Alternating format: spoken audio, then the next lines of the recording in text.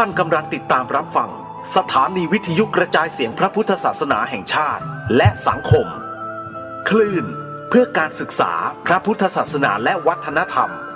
ระบบ FM 104.5 เมกะเฮิรตซ์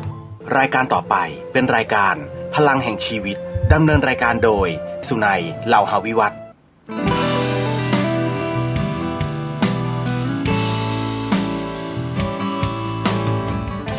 ลุกขึ้นมาฉายแสงเถิดชีวิตเป็นเช่นเจ้าสร้างขอต้อนรับเข้าสู่รายการพลังแห่งชีวิตรายการเพื่อการสร้างแรงบันดาลใจโดยผมสุนัย เหล่าหาวิวัฒน์ผู้ดำเนินรายการมาพบกับท่านผู้ฟังทุกวันเสาร์เวลา 11 โมงถึงเที่ยงทางสถานีวิทยุเพื่อการศึกษาพระพุทธศาสนาและวัฒนธรรมคลื่น FM 104.5 เมกะเฮิรตซ์ออกอากาศณวัดฝายหินมหาวิทยาลัยเชียงใหม่จังหวัดเชียงใหม่สำหรับการชมในโซเชียลมีเดียมีทั้ง YouTube Facebook โดยท่านพิมพ์คำว่าวัดฝายหินหรือ FM 104.5 เมกะเฮิรตซ์นะครับท่านผู้ฟังครับรายการของเราเป็นรายการสดในช่วง15นาทีสุดท้ายก่อนหมดรายการท่านผู้ฟังสามารถโทรศัพท์เข้ามาซักถามได้ครับที่หมายเลข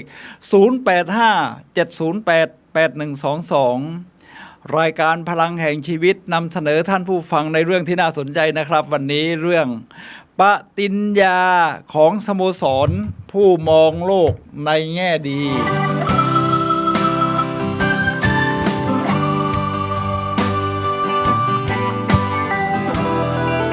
ก็เช็คกับทางบ้านนิดนึงนะครับว่าภาพเสียงเป็นอย่างไรบ้างในนี้บอกว่าภาพเบลอเล็กน้อยเสียงดีค่ะโอเคครับ ตามเหตุตามปัจจัยนะครับ ท่านผู้ฟังครับปฏิญญาของสโมสรผู้มองโลกในแง่ดีการมองโลกในแง่ดีนี่เป็นแง่มุมหนึ่งของการใช้ชีวิตที่สำคัญนะครับในความเป็นของผมแล้วก็ในโลกนี้เขาก็มีสโมสรแบบนี้อยู่ด้วยสโมสรแบบนี้ก็คือคนที่มองโลกในแง่ดีมารวมตัวกันการมองโลกในแง่ดีนั้นเป็นไปตามลักษณะของซาเทียก็คือว่าคือโลกนี่มันมีทั้งเรื่องดีเรื่องไม่ดีทีนี้การที่เราจะใช้ชีวิตแบบไหนนี่นะครับมันขึ้นอยู่ที่มุมมองของเราครับการตอบสนองต่อสิ่งที่เกิดขึ้นแน่นอนอยู่แล้วมันก็เลยมีทั้งเรื่องดีเรื่องไม่ดีทีนี้เราจะโฟกัสตรงไหนล่ะถ้าโฟกัสไม่ดีนี่โอชีวิตนี่มันช่างเลวร้ายเหลือเกิน ฝันร้ายไปตลอดชีวิตแต่ถ้าเราหยิบยกมาโฟกัสเฉพาะเรื่องที่มันดีแล้วปรับปรุงให้ดีขึ้นมันก็จะทำให้ชีวิตของเราได้สดชื่นรื่นเริงสดใสโอ้โหชีวิตนี่มันเป็นสิ่งที่น่ามหัศจรรย์ประมาณนั้นนะครับท่านผู้ฟังครับฉะนั้นเป็นเรื่องของการเลือกมุมมองและวิธีการตอบสนองต่อสิ่งที่เกิดขึ้นซึ่งสโมสรของผู้มองโลกในแง่ดีมีสมาชิกเยอะนะโดยเข้าออกกฎที่เรียกว่าปฏิญญาคือกฎ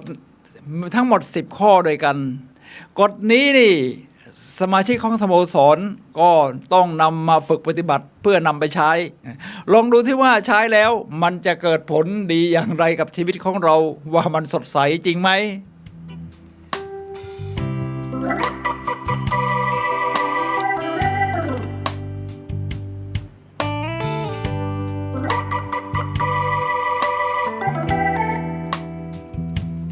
ท่านผู้ฟังครับ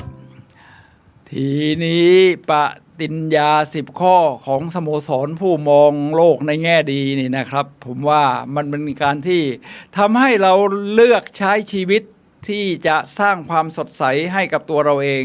และตัวเราเองนี่แหละครับที่จะเปล่งประกายสร้างความสดใสให้กับสิ่งแวดล้อมข้างนอกให้กับผู้คนอื่นๆในสังคมรวมทั้งคนใกล้ชิดเราจะเริ่มดูกันตั้งแต่ข้อที่หนึ่งข้อที่หนึ่งนี่เป็นยังไงครับโอ้โหในนี้บอกเลยว่าคุณที่เป็นสมาชิกของสโมสรแห่งนี้จะต้องเริ่มตั้งแต่ข้อที่หนึ่งในข้อที่หนึ่งนี้นี่นะครับท่านผู้ฟังครับผมว่าถึงไม่เป็นสมาชิกก็นำมาปฏิบัติได้ในนี้ก็บอกไว้อย่างนี้ว่าหนึ่งจะเข้มแข็งคือเราต้องสัญญากับตัวเองด้วยนะคือสัญญากับตัวเองว่าฉันจะใช้ชีวิตแบบนี้ล่ะหนึ่งจะเข้มแข็งและไม่ปล่อยให้สิ่งใดๆมารบกวนความสงบของจิตใจได้โอ้โหมันเริ่มที่ตัวเรานะครับผมว่าในโลกนี้นี่เริ่มที่ตัวเราเราจะเป็นคนเหยาะแยะงอแงะงอแงะหรือเราจะเป็นคนที่เข้มแข็งมันขึ้นอยู่กับตัวเราครับท่านผู้ฟังครับแล้วก็ไม่ปล่อยให้สิ่งใดๆมารบกวนความสงบของจิตใจได้ผมว่านี่เป็นเรื่องทางศาสนาพุทธของเราแท้ๆเลยนะเดี๋ยวผมจะเชื่อมโยงสองเรื่องนี้เข้าด้วยกันคำว่าจะเข้มแข็ง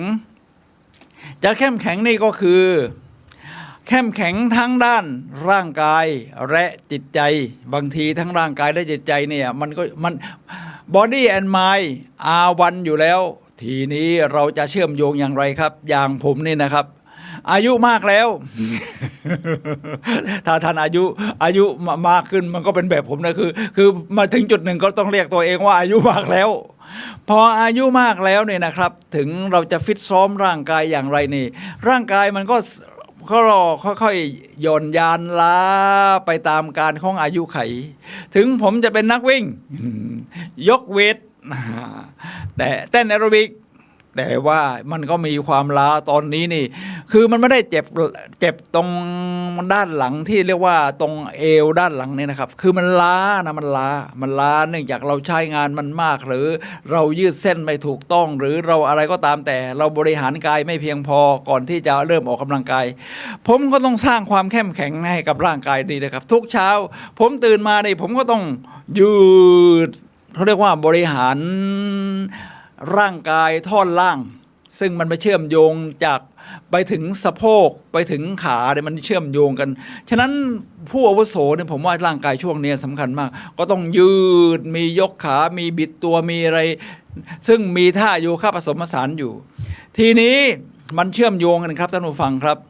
ร่างกายและจิตใจเนี่ยถ้าร่างกายเราแข็งแรงนะมันจะโยงง่ายให้เรามีจิตใจที่เข้มแข็งด้วยแต่ถึงเราร่างกายอ่อนแอเราก็อย่างผมมันเมื่อยหลังไม่ยาวขยับตัวเลยนี่มันต้องมาจากจิตใจก่อนครับใจเป็นนายใจเป็นใหญ่ใจเป็นประธานทุกอย่างสำเร็จได้ด้วยใจเป็นนายกายเป็นบ่าวประมาณนั้นนี่เป็นพุทธภาษิตของเราอยู่แล้วนะครับท่านผู้ฟังครับทีนี้ผมเมื่อยืดเส้นเสร็จก่อนจะยืดเส้นเนี่ยมันเมื่อยไม่อยากขยับเลยนะครับต้องปลุกใจขึ้นมาฉันเชื่อมันฉันมีพลังฉันทำได้ทีนี้พอเราเข้มแข็งแล้วเนี่ยนะครับท่านผู้ฟังครับทั้งร่างกายจิตใจมันแน่นอนอยู่แล้วว่าเราเปลี่ยนตัวเองได้แต่เราเปลี่ยนสิ่งรอบตัวไม่ได้จริงไหมครับ เปลี่ยนคนอื่นนี่ยากสุดๆเลยล่ะ ทีนี้เมื่อเปลี่ยนไม่ได้เปลี่ยนสิ่งแวดล้อมไม่ได้มันก็ต้องมีสิ่งที่ยอดเยี่ยมเข้ามาหาในชีวิตเราสิ่งที่กลางๆแล้วก็สิ่งที่เรียกว่ารบกวนทีนี้ถ้ามีสิ่งรบกวนเข้ามานี่มันห้ามไม่ได้หรอกครับว่าอย่ามีสิ่งรบกวนเข้ามาในชีวิตฉันนะมันห้ามไม่ได้มันก็มียิ่งมีสื่อต่างๆออกมามากมายที่นี่ถ้าเราเลือกเป็นบ้างไม่เป็นบ้างมันก็ออกมามั่วไปหมดมีทั้งรบกวนทั้งไม่รบกวนท่านผู้ฟังครับเมื่อมีสิ่งรบกวนเข้ามาเนี่ยเราจะรักษาความสงบของจิตใจได้อย่างไรครับคือเราจะไม่ปล่อยให้สิ่งที่มารบกวนนั้นมาทำลายความสงบถึงเข้ามาเราต้องใช้กฎที่เรียกว่าผมจะใช้อยู่2กฎนะครับท่านผู้ฟังครับเมื่อกระทบแล้วเนี่ยนะครับมันเกิดกระทบขึ้นมาแล้วเนี่ยพอกระทบแล้วเนี่ยนะครับก็เรียกว่าวิปัสสนาหรือสติปัฏฐาน4นี่ผมว่าเป็นหลักธรรมข้อที่ปฏิบัติได้อย่างยอดเยี่ยมเส้นทางนี้เป็นทางเอกครับท่านผู้ฟังครับหายใจ หายใจทางท้องแค่นี้นี่ร่างกายก็จะเริ่มสงบแล้วนะครับท่านผู้ฟังครับถ้าให้ดีไปเวทนาไปจิตไปทำดูว่าเรารู้สึกอารมณ์อย่างไรอะไรใจจิตเราคิดตอบสนองอย่างไรนะครับท่านผู้ฟังครับเมื่อเราได้ข้อนี้แล้วเนี่ยนะครับเราก็จะได้สงบจิตใจแต่ทีนี้เพื่อสร้างความยอดเยี่ยมให้กับชีวิตอย่างแท้จริงนี่เราต้องใช้ The Law of Attraction ที่เรียกว่ากฎแห่งการดึงดูดกฎแห่งการดึงดูดทำยังไงครับอะไรที่เราเข้าไปโฟกัสมันน่ะสิ่งนั้นมันจะขยายตัวนะครับท่านผู้ฟังครับจะขยายตัวอะไรที่เราละเลยมันไม่ได้หายไปไหนมันยังมีอยู่แต่เพียงแต่ว่ามันก็ไม่กวนเข้ามาในจิตใจของเราอีกมันสิ่งต่างๆเหล่านั้นนี่เราแทบจะหามันได้เจอได้น้อยมากหรือแทบไม่เจอเพราะเราไม่ใส่ใจเราไม่โฟกัสแต่สิ่งที่ดีๆที่เราโฟกัสจะเพิ่มมากขึ้นเพิ่มมากขึ้นฉะนั้นโดยเฉพาะใน YouTube นี่นะครับเดี๋ยวผมจะลองเปิด YouTube ให้ดูนะครับว่าหน้าตามันออกมาเป็นยังไงมันมีสิ่งทั้งสิ่งที่รบกวนจิตใจหรือไม่รบกวนผมยกตัวอย่างนี่เปิดขึ้นมาสดๆนะครับเอาที่รบกวนก่อนสิ่งที่รบกวนเดี๋ยวพอดีผมใช้หลักกฎในการดึงดูดไง The Law of Attraction เนี่ยคืออะไรที่เราโฟกัสสิ่งนั้นจะเห็นบ่อยผมก็จะเห็นบ่อย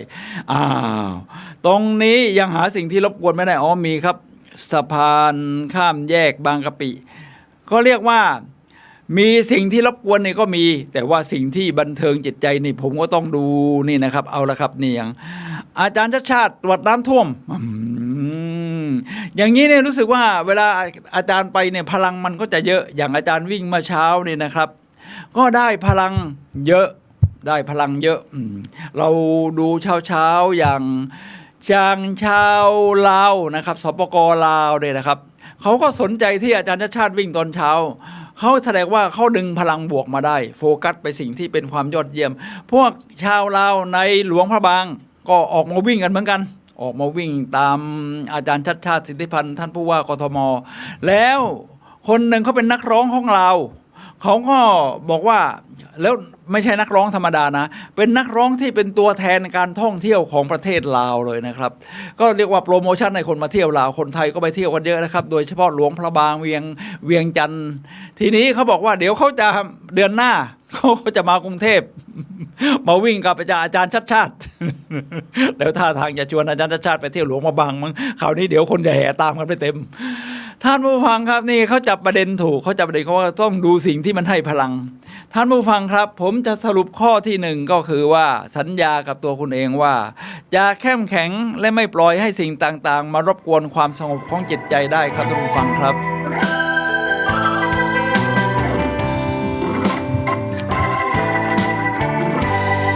เรามาถึงข้อที่สองครับท่านผู้ฟังจะพูดถึงแต่สุขภาพที่ดีความสุขความเจริญรุ่งเรืองกับทุกคนที่คุณพบการพูดถ้าเราพูดแต่สิ่งที่ดีเราก็ต้องคิดใช่ไหมครับคิดหาเรื่องดีๆมันก็เป็นการดึงดูดหรือกฎแห่งการดึงดูดเนี่ยคือค้นหาเรื่องดีๆไอ้เรื่องไม่ดีมันก็ต้องมีอยู่แล้วนะครับแต่เมื่อเราไม่ไปขุดคุยมันก็ไม่ออกมามันก็เจอแต่เรื่องดีๆฉะนั้นเวลาไปเจอใครก็เรื่องสุขภาพที่ดีเช่นผมต้องไปวิ่งที่สนามกีฬามหาวิทยาลัยเชียงใหม่ไปวิ่งจันทร์พุธศุกร์3 วันไปวิ่งก็เจอพรรคพวกทั้งมีผู้เยาว์กลางคนวัยอย่างผมก็มีนะครับซึ่งบางคนก็เจ็บหัวเขาแต่ทุกคนดูแล้วนี่ท่าทางจะพูดแต่สุขภาพที่ดีรู้สึกเขาบอกว่าเขารู้สึกดีขึ้นตอนนี้หลังจากที่เดินมาหลายวันวิ่งไม่ได้มาเป็นครึ่งปีแล้วตอนนี้เริ่มวิ่งได้เราก็พูดแต่ว่าโอ้โหรู้สึกท่าทางมันคล่องแคล่วขึ้นนะครับเป็นกำลังใจให้นะครับเราก็พูดถึงแต่สุขภาพที่ดีส่วนในตัวเราเองนี่ไม่ต้องบ่นเลิกบ่นยกเว้นต้องการขอคำปรึกษาเช่นผมอยากจะขอคำปรึกษาเรื่องว่าถ้าวิ่งมากเราต้องบิดสะโพกถูกไหมครับเวลาวิ่งถูกท่านี่เราต้องบิดสะโพกให้มันเป็นสะโพกเนี่ยมันตัวส่งแรงให้เราวิ่งได้เร็วขึ้นมากนานขึ้นเมื่อวิ่งนานๆสะโพกมันเจ็บ มันปวดมันเมื่อยล้าก็หาคำแนะนำคนก็มีมาแนะนำ เยอะแยะเลยว่าต้องทำอย่างนั้นต้องยกเวทต้องใช้บอดี้แพลงที่ว่าเอาข้อศอกมือเท้าแขนปลายเท้าแล้วก็เกร็งตัวไว้นานๆผมก็ทำทุกวันนะครับนับ10ถึง1ถึง30 3 ยก ลำตัวก็แข็งแรงขึ้นนี่แหละครับพูดถึงสุขภาพที่ดีไม่ใช่ว่าโอ้ยไอ้ฉันนั้นไอ้ก็ฉันก็แย่ไอ้นี่ฉันก็แย่เราก็จะหาจุดแย่ๆในร่างกายมากขึ้นแต่ว่าไอ้นั่นฉันก็ดีลำตัวแข็งแรงขึ้นสายตาดีขึ้นโดยการฝึกสายตาในวิธีฝึกสายตานะครับทุกท่านฟังครับหมุนเป็นเลข8อย่างเงี้ยนะสายตาขึ้นลงล่างแล้วก็ดึงเข้าดึงออกนะที่อายุมากนี่กล้ามเนื้อมันล้าใช่ไหมครับกล้ามเนื้อที่จะโฟกัสตาเราก็หัดโฟกัสแบบนี้เราก็บริหารร่างกายได้แล้วก็พูดถึงแต่ความสุขชีวิตนี่มันมีทั้งสุขทั้งทุกข์แน่นอนอยู่แล้วครับท่านผู้ฟังครับจะพูดถึงแต่ทุกข์อย่างเดียวก็ได้มันมีมหาศาลแล้วพูดพร่ำกันไม่รู้จักจบเลยครับท่านผู้ฟังครับทีนี้ถ้าเราพูดเรื่องสุขโอ้โหวันนี้ฉันสุขใจจริงหนอชีวิตช่างยอดเยี่ยมเหลือเกินเมื่อเช้านี่ก็เรียกว่าตื่นมาสูดอากาศหน้าบ้านผมอยู่ที่เชียงใหม่อยู่แล้วนี่ไงครับแล้วก็อยู่มองเห็นนู่นพระธาตุดอยคำวัดพระธาตุดอยคำที่จากระเบียงบ้านผมโอ้มันสดชื่นเหลือเกินมันมีความสุขแค่ออกมายืนที่ระเบียงบ้านก็มีความสุขแล้วล่ะครับท่านผู้ฟังครับนี่แหละครับทีนี้จะพูดถึงแต่ความเจริญรุ่งเรืองกับทุกคนที่คุณพบยกตัวอย่างง่ายๆนะครับเราก็ดูว่าถ้าเป็นพรรคเป็นพวกที่ยังทำงานอยู่เป็นไงอาชีพก้าวหน้าขึ้นไหมตอนนี้ดีขึ้นแล้วใช่ไหมครับตอนนี้โควิดมันจางลงเรียกว่ามันแทบหายไปจากประเทศไทยหรือโลกนี้แล้วแต่มีประเทศไทยบางที่ยังใส่แมสกันอยู่ ที่อื่นเขาใส่ผมก็ไม่เห็นเขาใส่กันนะที่อื่นนะยกเว้นอย่างเอเชียเราอย่างเข้าไปในอาคารเกาหลีอะไรก็ยังมีใส่อยู่บ้างแต่ข้างนอกเขาก็ไม่ใส่เราก็ยังใส่กันมาด้วยเราอาจจะต้องการสุขภาพที่ดีมั่งท่านผู้ฟังครับเราก็พูดถึงแต่ความเจริญรุ่งเรืองว่าโอ้โหเนี่ยการท่องเที่ยวมันก็เริ่มดีขึ้นแล้วก็ทุกคนก็เริ่มออกมาจับจ่ายใช้สอยอย่างวันนี้ตรงกับวันที่15เดือนตุลาคมพุทธศักราช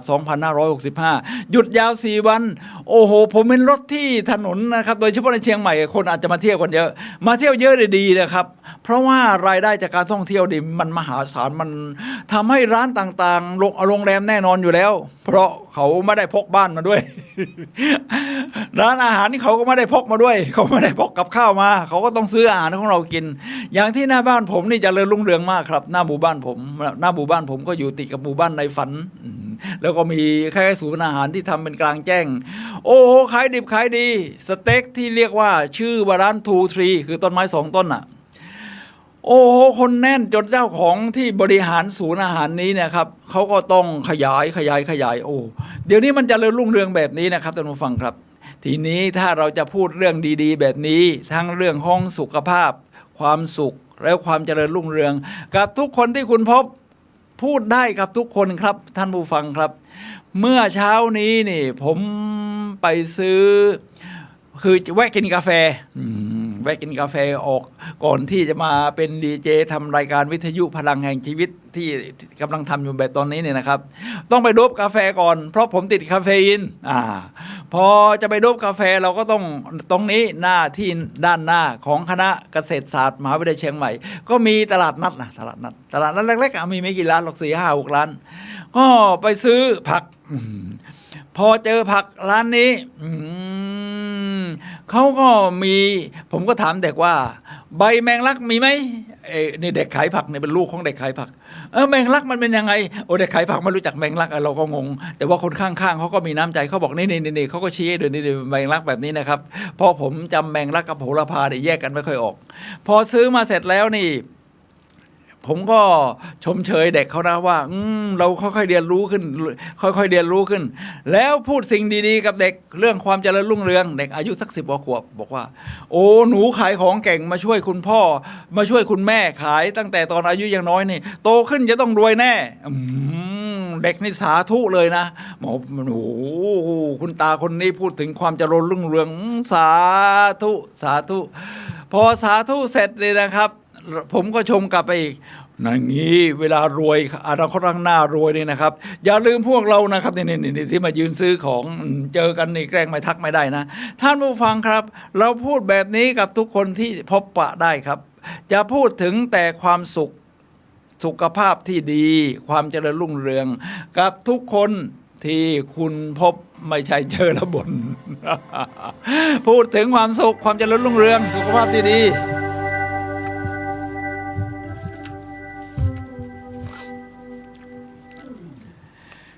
ทีนี้ปฏิญญาของสโมสรผู้มองโลกในแง่ดีเดี๋ยวนะผมดูที่นี่มีจะพูดถึงแต่ข้อที่3จะทำให้เพื่อนของคุณทั้งหลายรู้สึกว่ามีบางสิ่งซึ่งมีคุณค่าในตัวของพวกเขาท่านผู้ฟังครับทุกคนมีศักยภาพที่ซ่อนเร้นอยู่ในตัวของเขานะถึงเขาจะแสดงออกมาไม่หมดเราก็สามารถถ้าเป็นโค้ชที่เรียกว่าโค้ชหรือไลฟ์โค้ชนะครับเราสามารถมองเห็นว่ามันมีศักยภาพแบบนี้ซ่อนเร้นอยู่เราพูดถึงได้แล้วยิ่งถ้าเขาแสดงออกเรียกว่าสิ่งที่ยอดเยี่ยมแล้วเนี่ยไม่ต้องไปหาสิ่งที่ไม่เยี่ยม มองไปสิ่งที่เยี่ยมโฟกัสสิ่งที่เยี่ยมเขาเรียกว่าขยายจุดแข็งนะครับเวลาเราสร้างความสัมพันธ์กับผู้คนนี่คือหรือว่าเวลาเราเป็นโค้ชหรือเราจะสอนนี่ขยายจุดแข็งครับขยายจุดแข็งนักกีฬาทั้งหลายเวลาเขามีโค้ชเนี่ยนะครับเขาไม่ได้มานั่งคอยแก้จุดอ่อนเองเตะตอนท่าพลิกตัวเตะไม่เป็นต้องมาแก้ตรงนั้นไม่ต้องเองขยายจุดแข็งคือมงโลกได้มงลูกบอลได้เยี่ยมเป็นนักฟุตบอลโอ้มงลูกบอลได้ก็ขยายจุดแข็งตรงจุดมงที่หน้าประตูประมาณนี้นะครับท่านผู้ฟังครับเขาก็จะขยายจุดแข็งทีนี้ถ้าใช้กับเพื่อนฝูงผู้คนที่เราพบเนี่ยนะครับสิ่งแบบนี้มันมีคุณค่าอยู่ในตัวเขาเช่นเขาเวลาเขาพูดเขายิ้มแย้มแจ่มใสโอ้โหผมชอบเวลาคุณพูดนี่นะมากเลยคือได้ฟังแล้วมันสดชื่นเพราะเวลาคุณพูดแล้วคุณก็ยิ้มตาเป็นประกายไปด้วยมันสดใสอะไรประมาณนี้นะครับท่านผู้ฟังครับเราก็สามารถสดชื่นกับไอ้สายตาของเขาก็ต้องมีประกายตาที่มันยอดเยี่ยมมากขึ้นมันตรงข้ามกับสายตาคุณมัวนั่น ท่านผู้ฟังครับทีนี้ถ้าเราจะดูชีวิตนักการเมืองผมจะยกตัวอย่างนักการเมืองดิสลาเอลลีกับสโตนทั้งคู่นี่เป็นอดีตนายกรัฐมนตรีของประเทศอังกฤษที่มีชื่อเสียงดิสราเอลลีนี่ได้ชื่อว่าเป็นนายกรัฐมนตรีของสหราชอาณาจักรที่ผู้คนนี่โอ้โหชอบมากชื่นชมรักใคร่ส่วนสโตนนี่นะครับเป็นนายกรัฐมนตรีอังกฤษที่เรียกว่าฉลาดมากๆเก่งเพียบเลยทีนี้ก็มีสุภาพสตรีท่านหนึ่งโชคดีมากครับได้รับเชิญจากทั้งนายกรัฐมนตรีในตอนนั้นแล้วนายกรัฐมนตรีในตอนนี้ว่าได้รับเชิญไปกินอาหารเย็นกับทั้งคู่แต่คนละเวลากันนะอันดับแรกเขาได้รับเชิญไปรับประทานอาหารเย็นกับนายกรัฐมนตรีที่ชื่อว่าสโตนที่ว่าเก่งยอดเยี่ยมฉลาดหลักแหลมพอกินเสร็จนะครับนักข่าวก็มาสัมภาษณ์ว่าโอ้โหรับประทานอาหารกับนายกรัฐมนตรีท่านมีความรู้สึกอย่างไรมีความเห็นอย่างไรบ้างได้คุยอะไรกันไหมสุภาพสตรีท่านนี้บอกว่าตั้งแต่เจอผู้คนมาในชีวิตนี่นะครับนายกรัฐมนตรีสโตนนี่นะเชื่อได้เลยว่าเป็นคนที่ฉลาดที่สุดเก่งที่สุดในโลกใบนี้สำหรับฉันที่ฉันเคยเห็นมาทีนี้วันต่อมาเปลี่ยนนายกเป็นดิสลาเอลลีพอดิสลาเอลลีเป็นนายกก็เชิญสุภาพสตรีท่านนี้มาอีกมากินอาหารเย็นพอกินอาหารเย็นเสร็จนักข่าวก็ขอสัมภาษณ์ท่านโอ้โชคดีได้รับประทานอาหารเย็นกับทั้งสองนายกเลยนะแล้วนายกท่านหลังเนี่ยเป็นยังไงบ้างสุภาพสตรีท่านนี้บอกว่าหลังจากรับประทานอาหารกับนายกรัฐมนตรีที่ชื่อว่าดิสลาเอลลีแล้วเนี่ยฉันรู้เลยว่าฉันเป็นสุภาพสตรีที่เก่งที่สุดในโลก ท่านผู้ฟังครับมันเห็นชัดเจนเลยใช่ไหมว่าเพื่อนของเราเนี่ยถ้าจะทำตามข้อที่3จะทำให้เพื่อนน้องคุณทั้งหลายรู้สึกว่ามีบางสิ่ง ที่มีคุณค่าอยู่ในตัวของพวกเขาอย่างยกตัวอย่างเอานักการเมืองบ้านเราบ้างก็ได้ครับตอนนี้นี่ที่ฮอตสุดๆก็ต้องเป็นผู้ว่าชัดชาติสิทธิพันธ์แห่งกทมท่านก็วิ่งตอนเช้าหรือไปตรวจน้ำท่วมไปอะไรก็ตามแต่ก็จะมียูทูบเบอร์นี่ไปถ่ายกันเยอะแยะทั้ง Republic Room 44แอดมินประจำตัวก็แอดหมูหรือเดี๋ยวนี้ก็มีนินจาคือเขาก็แต่งตัวใครว่าขับรถมอเตอร์ไซค์ไปกลัวดำมั้งปิดทั้งหน้าทั้งตัวทั้งแขนทั้งขาดำไปหมด เขาก็เรียกว่าโค้ชอาจารย์ชาติชาติก็เรียกว่า แอดมินนินจาทีนี้แอดมินนินจาไปวิ่งตอนเช้านะครับผมเห็นนะไปไล่ตามอาจารย์วิ่งไล่ตามอาจารย์ยังหนุ่มอยู่นะวิ่งไปแป๊บเดียวเนี่ยหอบแหกวิ่งตามไม่ทันต้องเดินอ่ะนี่พวกคนเรานี่อยู่ที่ฝึกอาจารย์ชาติชาติอายุตั้ง55 ปีแล้วทีนี้อาจารย์ชาติเห็นใจก็ถอยกลับมารับเดินไปคู่กันก็บอกว่านินจาร้องเพลงเป็นไหมเพราะในกลุ่มของอาจารย์ชาติชาติเวลาเขาวิ่งเขาก็ร้องเพลงกันไปด้วยนินจาเขาบอกได้ครับนินจาก็ร้องเพลงเสร็จนี่นะครับท่านผู้ฟังครับอาจารย์ชาติชาติก็ปรบมือให้กับพรรคพวกเลยนะแล้วพอมาเจอกันอีกวันหนึ่งไปถ่ายน้ำท่วมนินจาก็ไปอีกพอนินจาไปเนี่ยอาจารย์ชาติจำได้เลยนะอาจารย์ชาติบอกว่าเมื่อเช้าวันก่อนไปนินจาเป็นไงร้องเพลงสนุกไหมโอ้แค่นี้นี่นะครับนินจาผมว่านินจาก็ต้องดีใจแล้วโอ้ยอดเยี่ยมเลยผู้เราร้องเพลงสั้นๆแค่นี้3 ประโยคอาจารย์ชาติยังจำได้ท่านผู้ฟังครับข้อที่3จงทำเพื่อให้เพื่อนของคุณทั้งหลายรู้สึกว่ามีบางสิ่งที่มีคุณค่าในตัวพวกเขาครับ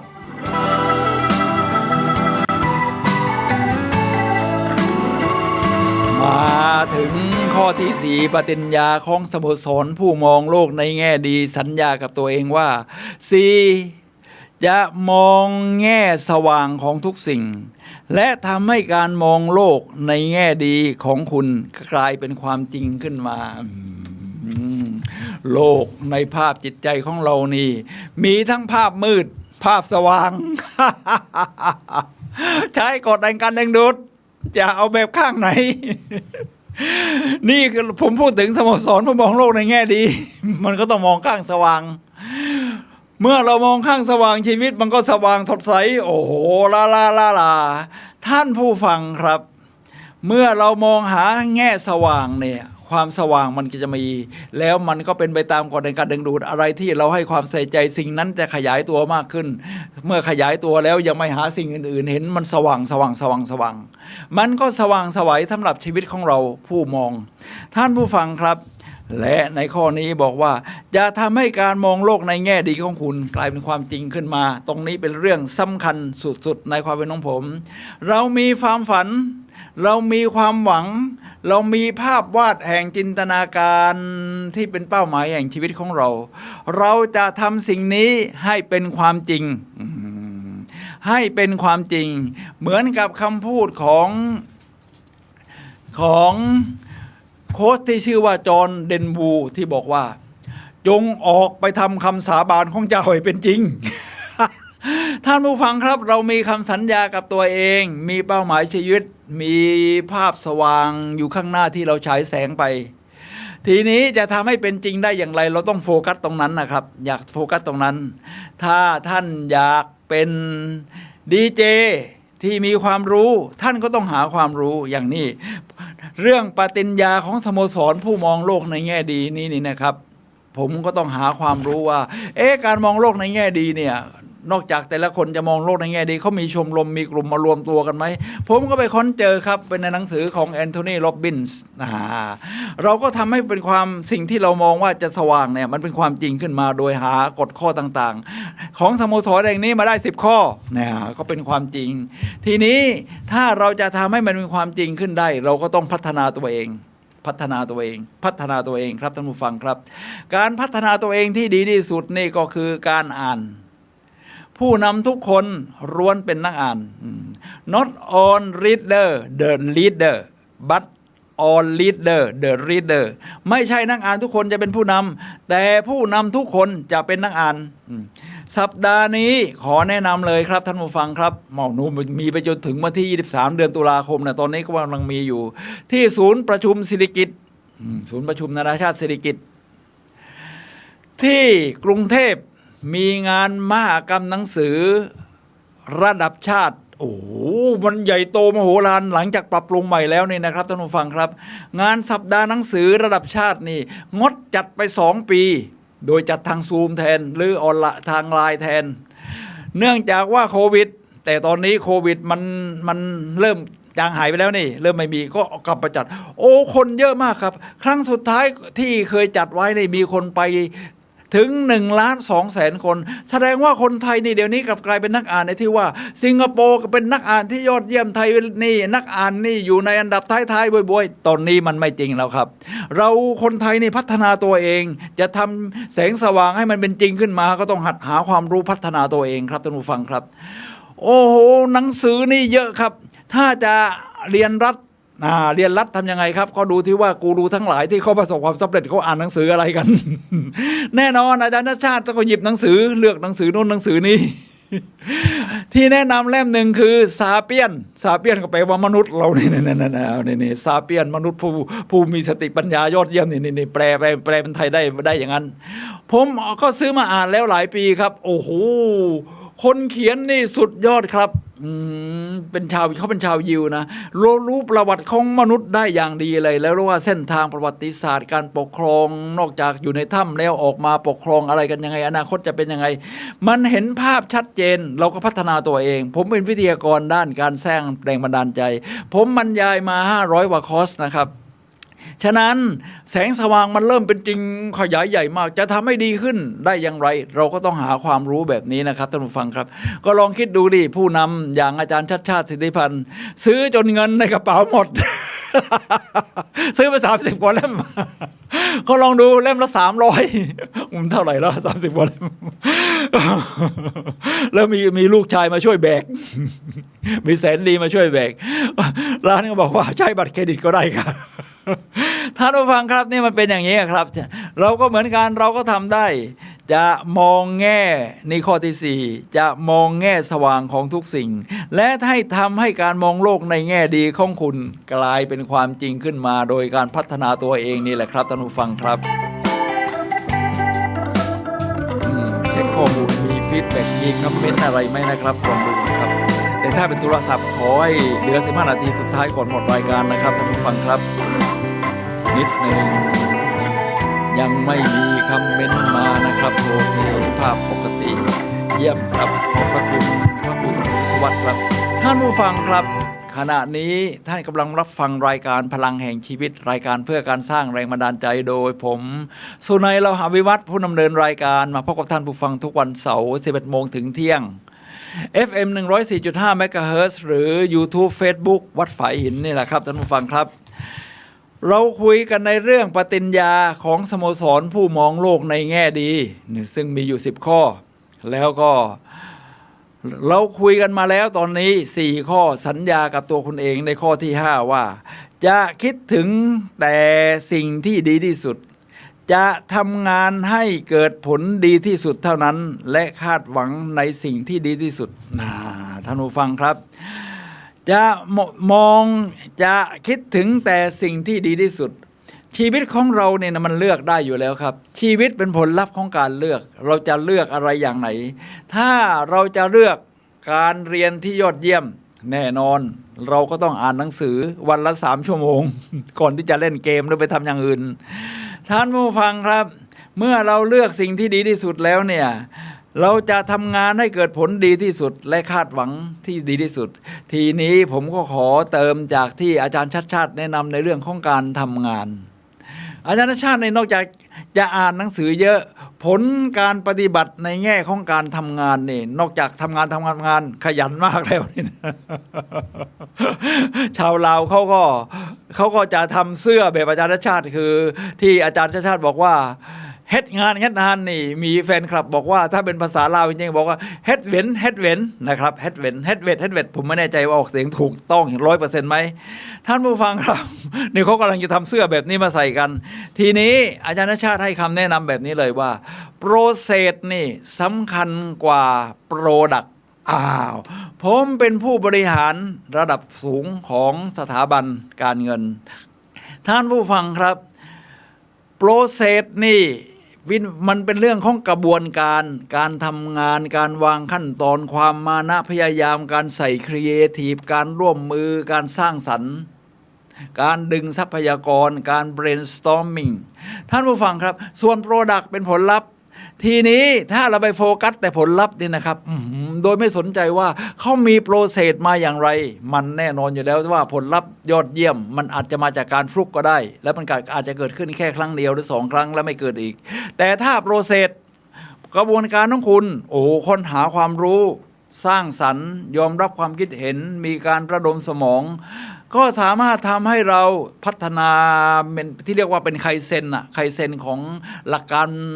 พัฒนาบริหารของญี่ปุ่นพัฒนาได้เรื่อยๆพัฒนาได้เรื่อยๆในทุกจุดทุกกระบวนการ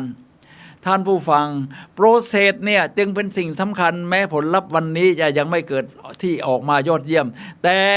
มันก็จะเกิดขึ้นเนื่องจากเราพัฒนาตัวเองไปเรื่อยๆตอนที่ผมทำงานอยู่ผมมี ผู้ใหญ่ระดับสูงระดับเรียกว่าผู้ช่วยบริการใหญ่ว่างั้นนะ คนนี้นี่มาแนวแปลกมากบอกว่าผมไม่สนใจวิธีการผมสนใจแต่ผลลัพธ์ มันสวนทางกับที่พูดเลยว่าโปรเซสสำคัญกว่าโปรดักต์แต่ตอนนั้นผมยังไม่มีความรู้เรื่องนี้นะไม่มีความรู้เรื่องนี้ก็บอกเขาบอกเขาไม่สนใจวิธีการทุกคนถูกกดดันหมดจะเอาใจผลลัพธ์เรียนรัดบ้างอะไรบ้างลักไก่บ้างอะไรมั่วตัวไปหมดสุดแล้วผู้บริหารแบบนี้ตอนนั้นยังไม่มีความผมไม่มีความรู้แต่มันผลลัพธ์มันออกว่าผู้บริหารคนนี้อยู่ได้ไม่นานครับแกก็โดนเด้งไปนี่แสดงว่าแกไม่สนใจโปรเซสไงแกสนใจแต่โปรดักต์บอกผมไม่สนใจวิธีการผมสนใจแต่ว่าคุณจะพยายามขนาดไหนผมไม่สนใจถ้าผลลัพธ์คุณออกมานี่ผมสนใจแต่ผลลัพธ์คุณเดี๋ยวนี้มันเปลี่ยนใหม่ครับโลกมันเปลี่ยนใหม่ผู้ฟังโปรเซสสำคัญกว่าโปรดักต์กระบวนการเราเลยจึงมีผลการที่ออกมาที่เราเรียกว่ายูทูบเบอร์ที่ออกใหม่เนี่ยเด็กๆเดี๋ยวนี้หรือแม้แต่ผมเนี่ยนะครับแม้จะผ่านการบริหารงานมาอย่างมากหรือเป็นวิทยากรที่บรรยายผู้ฟังมามากมายบริษัทต่างๆธนาคารแห่งประเทศไทยการไฟฟ้าฝ่ายผลิตอะไรก็ตามแต่เวลาเราจะดูข้อมูลดูอะไรเนี่ยนะครับเราจะดูจากยูทูบเบอร์นะที่โดยเฉพาะมือใหม่ๆในตอนนี้ออกมาเยอะเลย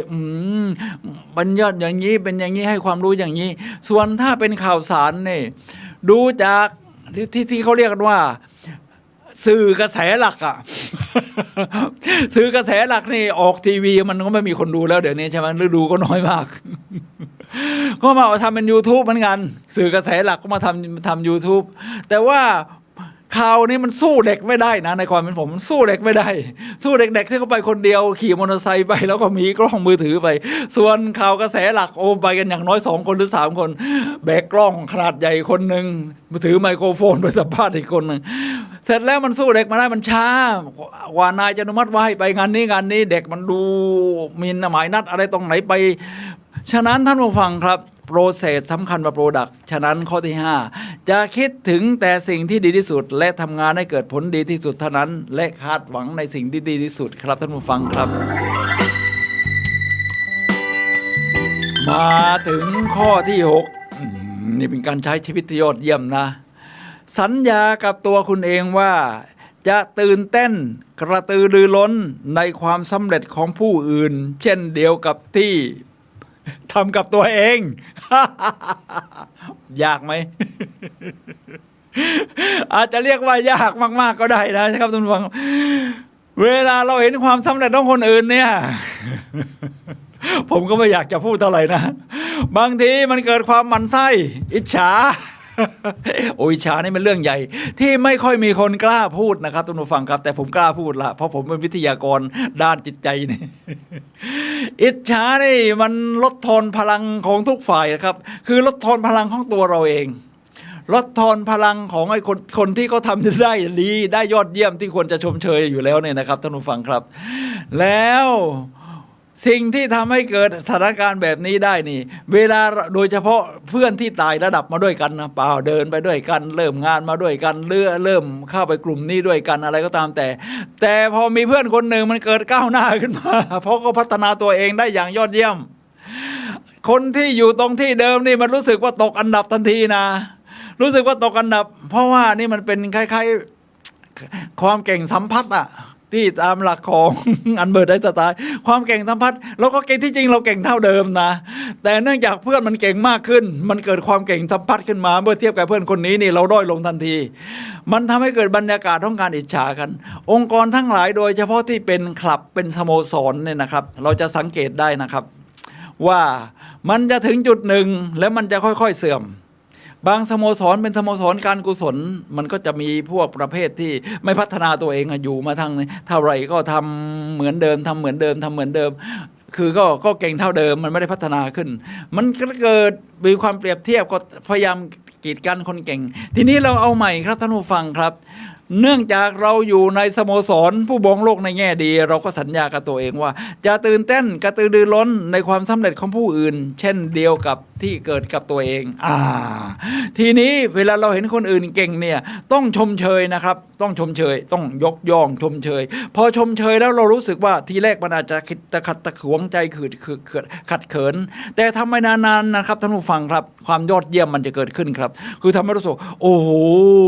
เพื่อนของเราเนี่ยเก่งจริงเลยเขาเก่งด้านไหนนะเราอยากเก่งแบบนี้บ้างไหมเข้าไปทำความคุ้นเคยกับเขาที่ว่าเขามีความคิดยังไงใช้เวลาในชีวิตอย่างไรหาอะไรมาอ่านจะทำให้เราพัฒนาตัวเองได้ดีขึ้นสองจิตใจของเราเองเนี่ยเกิดเรียกว่ามุทิตาจิตตามหลักศาสนาพุทธของเราพอเกิดมุทิตาจิตใจเราก็ยกระดับสูงขึ้นก็มองเห็นแง่ดีของคนอื่นมองเห็นแง่ดีของคนอื่นตามข้อต้นที่เราพูดถึงแล้วเราก็ยินดีกับเขาโอ้ตื่นเต้นมากโอ้คุณนี่ยอดเยี่ยมไปเลยอะไรประมาณนี้เช่นเวลาเรามีไลน์กลุ่มเนี่ยถ้าใครอย่างผมมีไลน์กลุ่มของสโมสรเกี่ยวกับนักพูดแห่งหนึ่งนี่นะเวลาใครบอกว่าได้ไปบรรยายที่โน่นที่นี่ผมไม่รู้ละไม่สนใจว่าใครจะชมเชยไม่ชมเชยเราต้องแสดงมุทิตาจิตตื่นเต้นกระตือรือร้นที่จะแสดงความยินดีเขาโอ้ยอดเยี่ยมเลยฉะนั้นผมจะชมทุกรายการที่ว่าเขาไปบรรยายที่นั่นไปช่วยกิจกรรมเด็กให้มีความสามารถความรู้มากขึ้นที่นี่ก็บอกยอดเยี่ยมไปเลยครับคุณช่วยผู้คนได้มากอะไรประมาณนี้นี่เราก็กระตือรือร้นเห็นความสำคัญของเขาตื่นเต้นดีใจกับเขาไปด้วยเขาก็ในใจของเขาอยากจะพัฒนาตัวเองให้ยอดเยี่ยมขึ้นโอ้โหวิทยากรระดับอาจารย์สุรัยยังมาชมเชยเลย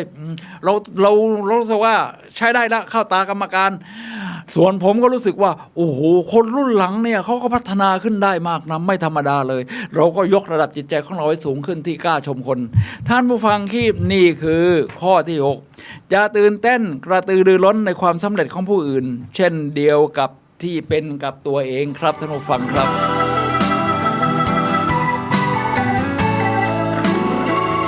ทีนี้เรามาถึงข้อที่7ข้อที่7อย่าลืมความผิดพลาดในอดีตและมุ่งมั่นพยายามไปสู่การบรรลุความสำเร็จที่ยิ่งใหญ่มากขึ้นในอนาคตครับท่านผู้ฟังครับผมมีข่าวดีกับข่าวร้ายจะบอกให้ฟังอย่าฟังข่าวไหนก่อน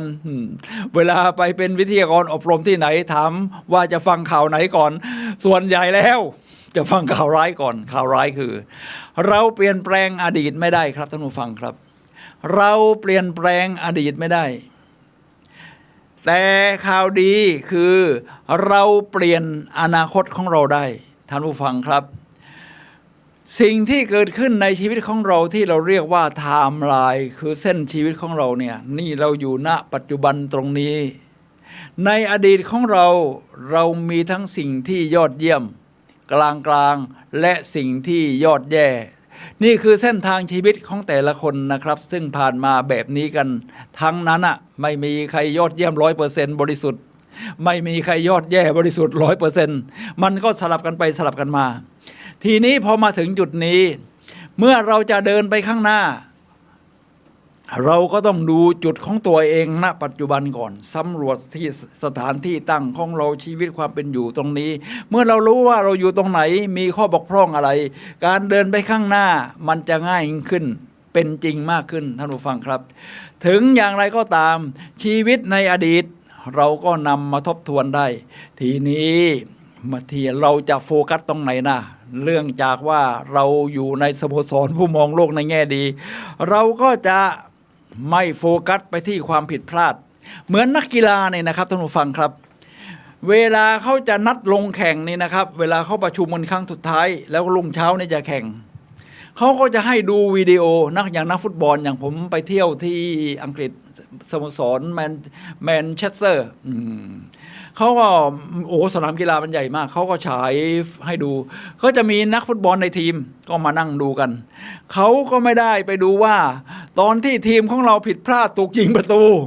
หรือเราส่งลูกพลาดไปเข้าขาของคู่แข่งมันเป็นยังไงเขาไม่ได้โฟกัสตรงนั้นนะเขาเรียกว่าลืมมันไปเลยแต่เขาจะโฟกัสว่าทีมเราส่งลูกกันยังไงถึงยิงประตูฝ่ายตรงข้ามได้ประมาณนั้นนะครับชีวิตเราก็เหมือนกันครับเราจะลืมความผิดพลาดในอดีตถ้าเราคิดถึงแต่ความผิดพลาดในอดีตมันก็จะชอกช้ำระกำใจฉันเสียใจฉันมัวแต่หมกมุ่นอยู่ตรงนั้นกลายเป็นโรคย้ำคิดย้ำทำเป็นโรคจิตซึมเศร้าไปเลยท่านผู้ฟังครับจงลืมความผิดพลาดในอดีตทีนี้พอมาถึงตอนนี้เราจะทำอะไรได้บ้างครับเราทำได้ครับเราจะมุ่งมั่นพยายามไปสู่การบรรลุความสำเร็จที่ยิ่งใหญ่มากขึ้นในอนาคตเราก็ต้องสร้างความหวังฉันจะคอยช่วยผู้คนให้มากขึ้นฉันมาเป็นดีเจฉันก็ต้องค้นบทความหรือสิ่งที่เราทำเองมันในชีวิตอยู่แล้วแต่มันเป็นสิ่งที่ดีที่พร้อมจะเผยแพร่คนอื่นอย่างหัวข้อวันนี้เรื่องปฏิญญาของสโมสรผู้มองโลกในแง่ดีก็เป็นสิ่งที่ผมพยายามฝึกฝนทำแล้วก็เป็นสิ่งที่เรียกว่าค้นคว้ามารวบรวมมาจากสโมสรของผู้มองโลกในแง่ดีเอามาแบ่งปันเขาเรียกว่าเราก็จะทำสิ่งที่สำคัญซึ่งสำคัญในฐานะของดีเจรวมทั้งแง่อื่นๆของชีวิตท่านผู้ฟังครับและสิ่งที่สำคัญที่ผมเน้นทุกครั้งก็คือในเรื่องของสังคมใกล้ตัวก็คือชีวิตในครอบครัวครับท่านผู้ฟังครับตรงนี้บอกว่าจะมุ่งมั่นไปสู่การบรรลุความสำเร็จที่ยิ่งใหญ่ที่มากขึ้นในอนาคตนอกจากหน้าที่การงานความสัมพันธ์ในครอบครัวในความเป็นของผมเป็นเรื่องที่สำคัญมากๆโดยเฉพาะผู้สูงวัยที่อายุขนาดผมแล้วนี่นะครับท่านผู้ฟังครับต้องให้ความสำคัญกับคู่สมรสเชื่อผมนะครับผมผ่านมารู้นะเกี่ยวกับอายุมากขึ้นมั้ง ผ่านชีวิตมาทั้งโอ้โหอาหังกาทั้งย่ำแย่หดหูมันผสมผสานกันอยู่หมดครบเครื่องพอมาถึงตรงนี้บรรปลายชีวิตแล้วเนี่ยนะครับนอกจากสังคมที่เราผ่านมาทั้งอาหังกาทั้งหดหูแต่สิ่งที่เหลืออยู่ในตอนท้ายๆตามที่ลีกาชิงมหาเศรษฐีนะผมยกให้เป็นนักปราชญ์ด้วยของชาวฮ่องกงที่บอกว่าพอมาถึงบรรปลายอย่าให้ใครมาหลอกใช้กับชีวิตของเราได้เราต้องสร้างความสุขของเราเนี่ยสร้างแสงสว่างในชีวิตของเราขึ้นมาโดยเฉพาะกับครอบครัวให้ความสำคัญกับชีวิตในครอบครัวก็ลองดูที่คุณอยู่กับคู่สมรสของคุณมาจนถึงอายุขนาดผมเนี่ยนะสมมติอายุขนาดผมเนี่ยมาอยู่กันมา 30-40 ปีแล้วฉะนั้นมาถึงตรงนี้นะครับการสร้างสิ่งที่เรียกว่ามุ่งเน้นไปสู่การบรรลุความสำเร็จที่ยิ่งใหญ่เราก็ต้องให้ความสำคัญกับคู่สมรสอย่างคู่สมรสผมนี่เขาเป็นคนที่มีบุคลิกที่ดีไม่ใช่เอาใจกันเองนะมีบุคลิกที่ดีผมก็สนับสนุนเขาเรื่องการเขาชอบเรื่องเสื้อผ้าก็สนับสนุนเห็นด้วยเขาก็แต่งตัวดีมีบุคลิกที่ดีอะไรประมาณนี้เราก็ให้ความสำคัญในเรื่องแบบนี้กับเขานะครับเขาก็ดูแลเสื้อผ้าอะไรอย่างนี้อย่างผมมีเสื้อผ้าที่เป็นนักกีฬาเวลาไปวิ่งแข่งงานวิ่งนี่เขาก็ให้เสื้อมาทีนี้บางคนได้เสื้อมาแล้วนี่ไม่ค่อยดูแลเวลาไปวิ่งผมเห็นใส่งานนี้เราลงมาด้วยแต่เสื้อมันทำไมเก่าจังของเรายังใหม่อยู่แสดงว่าภรรยาเราดูแลดีท่านผู้ฟังครับฉะนั้นข้อที่7จงลืมความผิดพลาดในอดีตนะครับและมุ่งมั่นพยายามไปสู่การบรรลุความสำเร็จที่ยิ่งใหญ่มากขึ้นในอนาคตครับท่านผู้ฟังครับ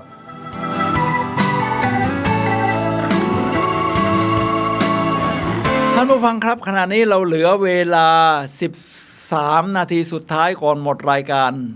ไม่ถึงนี่ครับ8นาทีสุดท้ายก่อนหมดรายการท่านผู้ฟังสามารถโทรศัพท์เข้ามาซักถามได้นะครับที่หมายเลข0857088122 ในเรื่องปฏิญญา10ข้อของสโมสรผู้มองโลกในแง่ดีครับ ว่างนี้ผมเดินเครื่องต่อเราพูดต่อในเรื่องข้อที่ 8ในข้อที่ 8สัญญากับตัวคุณเองว่าจะสวมใส่เครื่องประดับร่างกายที่ร่าเริงตลอดเวลาและส่งยิ้มให้กับสรรพสิ่งที่มีชีวิตทั้งมวล ไอ้ข้อหลังจะทำได้ไหมเนี่ย เอาอยู่ในสโมสรแล้วนี้ต้องทำให้ได้นะจะสวมใส่เครื่องประดับร่างกายที่ร่าเริงตลอดเวลาอย่างวันนี้นี่ผมใส่เสื้อสีชมพูทุกทีมันก็จะอาจจะกลมกลืนกับฉากหลังที่พระอาจารย์เอาฉากดิจิตอลไว้ก็ได้นะครับกลมกลืนก็อาจจะเห็นผมไม่ค่อยชัดแต่มันก็สดใสนะสีชมพูทุกทีก็จะใส่สีแดงบ้างสีส้มบ้างท่านผู้ฟังครับก็หาเสื้อสีที่มันสดใสหรือว่าการแต่งกายที่มันสดใสประมาณนั้นนะครับมีถึงกระทั่งมีคนพูดว่าให้แต่งตัวเหมือนกับวันนี้เป็นวันสุดท้ายในชีวิตของคุณให้มันสดชื่นล่าเริงฉะนั้นเครื่องประดับแต่งตัวนี่ก็เป็นส่วนสำคัญนะครับที่จะทำให้เราผู้ใส่เนี่ยมันยอดเยี่ยมขึ้นยอดเยี่ยมขึ้นยอดเยี่ยมยิ่งขึ้นและเมื่อทำอย่างนั้นได้มาถึงข้อความหลัง จะส่งยิ้มให้กับสรรพสิ่งที่มีชีวิตทั้งมวลสิ่งที่มีชีวิตทั้งมวลก็มีตั้งแต่มนุษย์ครับท่านผู้ฟังครับมนุษย์ ผมเป็นนักอ่านอยู่แล้วมีหนังสือเล่มหนึ่งเลยแนะนำว่าเวลาเขาขึ้นเครื่องบินเขาก็ชอบสังเกตแอร์โฮสเตส ว่าจะยิ้มอะไรทักทายอะไรไหมยินดีต้อนรับลูกค้าไหมแล้วตัวเขาเอง เขาก็จะส่งยิ้มเริ่มตั้งแต่แอร์โฮสเตสผู้คนสมมติเขานั่งอยู่กลางลำของเครื่องบินหรือท้ายๆเขาก็ต้องเดินคนที่เขามาก่อนนั่งก่อนนะครับก็ต้องเดินเขาก็จะส่งยิ้มไปนะส่งยิ้มสบสายตาไปด้วยสบสายตาไปด้วยสบสายตาไปด้วยโอ้โหผมว่ามันก็ทำยากนะแต่มันก็น่าทำใช่ไหมก็ส่งยิ้มทีนี้ถ้าเราไม่ได้ขึ้นเครื่องบินบ่อยๆยุคโควิดที่ผ่านมาแต่ตอนนี้คนขึ้นกันเยอะแล้ว ก็ไปลองห้างสรรพสินค้านะครับเวลาเราไปห้างสรรพสินค้านี่เราก็จะคือส่วนใหญ่เราก็จะไม่กล้าสบตาคนไม่กล้าส่งยิ้มให้ใครอยู่แล้ว คนอื่นเขาก็เป็นแบบเดียวกันเขาก็ไม่กล้าสบตาเราเขาเดิน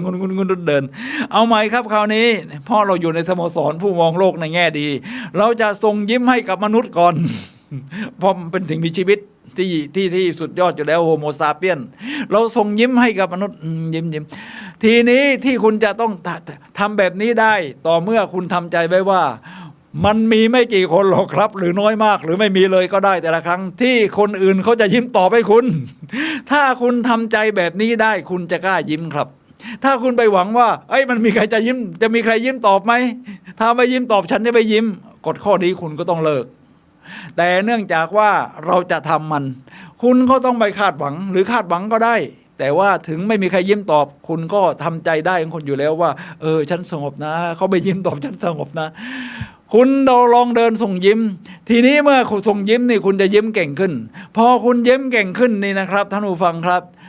มันมีเสน่ห์มากขึ้นอะไรทำนองนี้การยิ้มตอบกลับมาว่าคนนี้นี่ยิ้มแบบจริงใจนะท่าทางเขาเป็นมิตรดูดีมีสง่ามีเสน่ห์เขาอาจจะยิ้มตอบกลับมาได้ก็ได้อาจจะทักกลับมาหรือไม่ทักกลับมาก็ได้ครับฉะนั้นในข้อที่ 8นี้น่าสนใจมากคือจะสวมใส่เครื่องประดับร่างกายที่ร่าเริงตลอดเวลาและส่งยิ้มให้กับสรรพสิ่งที่มีชีวิตทั้งหลาย ทั้งมวลฉะนั้นอยู่บ้านอย่าแต่งตัวเป็นยายปลาร้านะ แต่งตัวมันสดใสหน่อย แล้วก็ส่งยิ้มให้กับสรรพสิ่งทั้งมวลเอาทีนี้นอกจากมนุษย์ล่ะสรรพสิ่งที่มีชีวิตมีอะไรอีก มันก็มีสมมติตอนนี้ก็บางสวนในกรุงเทพเขาก็ให้เอาสัตว์เข้าไปได้เราก็ส่งยิ้มให้คนที่เขาจูงสัตว์มาเอาส่งยิ้มให้สุนัขบ้างเขารู้สึกว่าสุนัขเป็นมิตรมากขึ้นส่งยิ้มให้กับแมวส่งยิ้มเอาลองดูนะครับผมว่าลองฝึกก็น่าสนใจมากเลยส่งยิ้มกับจิ้งจก ที่ในบ้านเราหน้าบ้านเราเพดานเลยลองส่งยิ้มแบบนี้ดูนะคือมันบำรุงจิตใจเราเองนะครับนั้นข้อที่ 8สวมใส่เสื้อผ้าสดใสเครื่องแต่งตัวส่งยิ้มกับสิ่งมีชีวิตทั้งมวลสิ่งมีชีวิตทั้งมวลต้นไม้ก็ได้ลองส่งยิ้มผมส่งยิ้มให้กับดอกแก้วเป็นประจำนะอยู่หน้าบ้านหอมมาถึงข้อที่ 9จะให้เวลามากเกินพอสำหรับการพัฒนาสร้างเสริมตัวเองโดยไม่มีเวลาวิจารณ์ผู้อื่น เลยพวกที่ชอบวิจารณ์คนอื่น คือไม่มีเวลาพัฒนาตัวเอง ท่านผู้ฟังครับคนเราเนี่ยมันแบ่งเป็น3 เกรดอยู่แล้ว เกรด 1 เกรด 2 เกรด 3เอาเริ่มจากล่างก่อน เกรด 3คือคนที่พูดถึงแต่เรื่องคนอื่น ยกเว้นเรื่องตัวเอง เพราะรู้สึกว่ากลัวเวลาจะพูดเรื่องตัวเอง 2พูดถึงเหตุการณ์อื่นๆที่ไม่เกี่ยวกับประสบการณ์ของเรา เกรด 2 เกรด 3พูดเรื่องตัวเอง กล้าที่จะมองตัวเอง เราจะพัฒนาตัวเองอย่างไร ประสบการณ์ของเราที่ผ่านมามีจุดที่เราจะเอามาเป็นหยิบยกเป็นตัวอย่างสร้างสิ่งดีๆมากขึ้นได้ไหมพูดถึงตัวเองนะครับท่านผู้ฟังครับฉะนั้นพอเรามีเวลามากเกินพอในการที่จะพัฒนาตัวเองสร้างเสริมตัวเองเนี่ยนะครับหัดอ่านหนังสือหัดพูดได้เก่งขึ้น อะไรทำนองนี้หัดสีไวโอลินให้เก่งขึ้น หัดวิ่งให้ได้เพจที่ดีขึ้น เราก็ไม่มีเวลาจะไปวิจารณ์คนอื่นแล้วครับนี่คือข้อที่ 9ครับท่านผู้ฟังครับมาถึงข้อสุดท้ายข้อที่ 10สัญญากับตัวคุณเองว่าจะทำตัวให้ใหญ่เกินกว่าความกังวลสง่างามเกินกว่าความโกรธแข็งแกร่งเกินกว่าความกลัวและมีความสุขเกินกว่าความยุ่งยากในปัจจุบันทำตัวให้ใหญ่กว่าปัญหานะครับท่านผู้ฟังครับปัญหามัน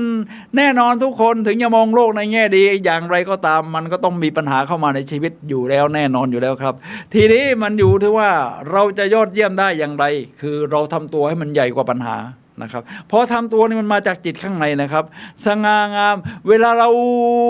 มีภาวะอารมณ์นี่ความโกรธนี่มันทำให้คุณย่ำแย่ที่สุดนะผมต้องพยายามฝึกอยู่เสมอครับเพราะในอดีตผมก็เคยเป็นคนที่ขี้โกรธ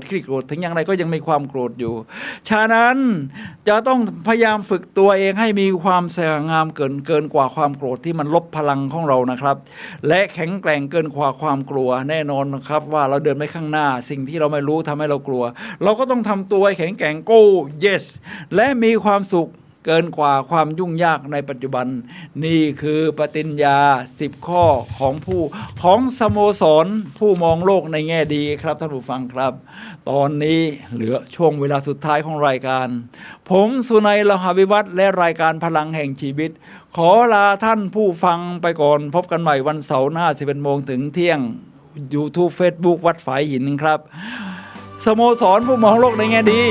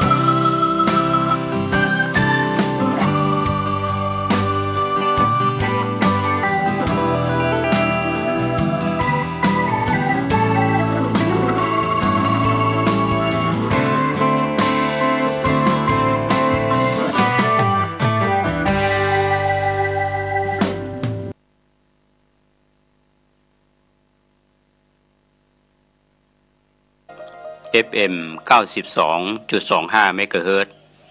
บริหารและจัดการโดยวัดป่าแดงมหาวิหารส่งกระจายเสียงจากเลขที่71หมู่ที่14บ้านใหม่หลังมอตำบลสุเทพอำเภอเมืองจังหวัดเชียงใหม่รหัสไปรษณีย์50200หมายเลขโทรศัพท์0818815690 0520000636-7ข่าวสารเพื่อการประชาสัมพันธ์ทำบุญทอดกฐินสามัคคีของวัดป่าแดงมหาวิหารตำบลสุเทพอำเภอเมืองเชียงใหม่จังหวัดเชียงใหม่อาทิตย์ที่30ตุลาคม2565 8:30 น.คณะกฐินพร้อมกันณวัดป่าแดงมหาวิหาร 9:39 น.จุดธูปเทียนบูชาพระรัตนตรัยสมาทานเบญจศีลถวายผ้ากฐินพระสงฆ์อุปโลกกฐินพระสงฆ์อนุโมทนาเจริญจิตตภาวนาแผ่เมตตา 11 นาฬิกาถวายภัตตาหารเพลแด่พระภิกษุสามเณร 12 นาฬิกาเชิญแขกผู้มีเกียรติร่วมรับประทานอาหารกลางวันประธานกรรมการ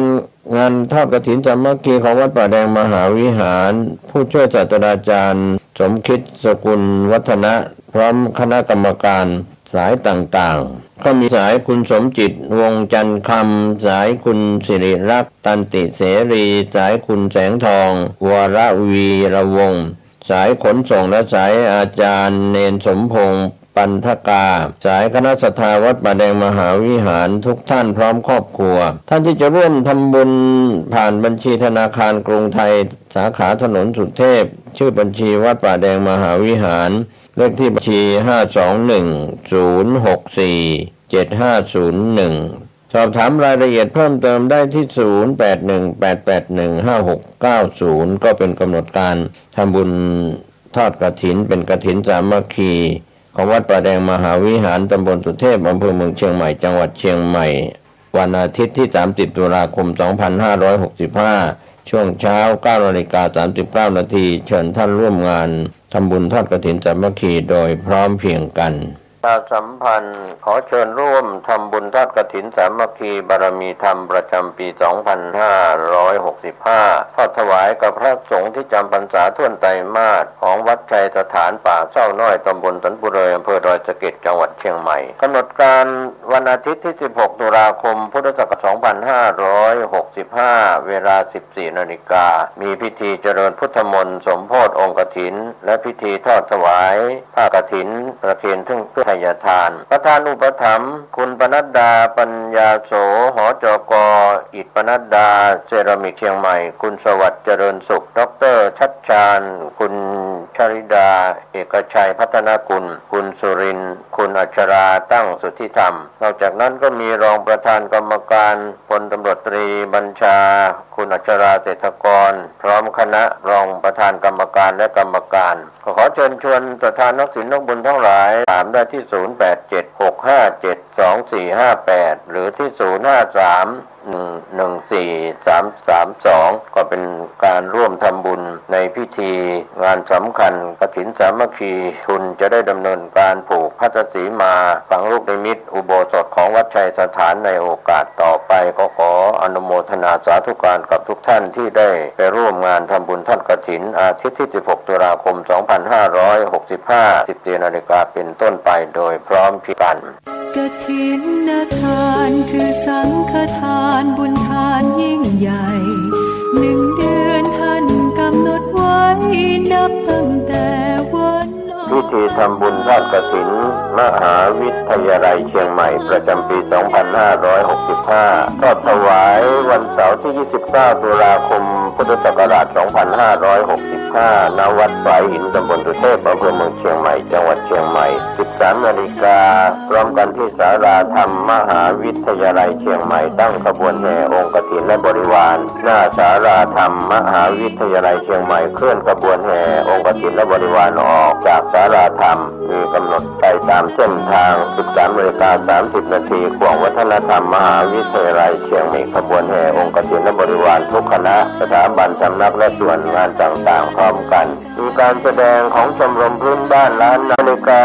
เคลื่อนขบวนแห่องค์กฐินบริวารเข้าสู่วัดสายหินประธานในสักการะไหว้พระสมาทานเบญจศีลกล่าวคำถวายผ้ากฐินแด่พระสงฆ์น้อมผ้ากฐินถวายพระสงฆ์อัปโลกกฐินถวายทายธรรมแด่พระสงฆ์กรรมการสภามหาวิทยาลัยอธิการบดีรองอธิการบดีผู้ช่วยอธิการบดีประธานกรรมการส่งเสริมมหาวิทยาลัยคณบดีผู้อำนวยการสถาบันสำนักศูนย์กองประธานสภาคณะมหาวิทยาลัยนายกสโมสรมหาวิทยาลัยนายกสโมสรนักศึกษามหาวิทยาลัยตาม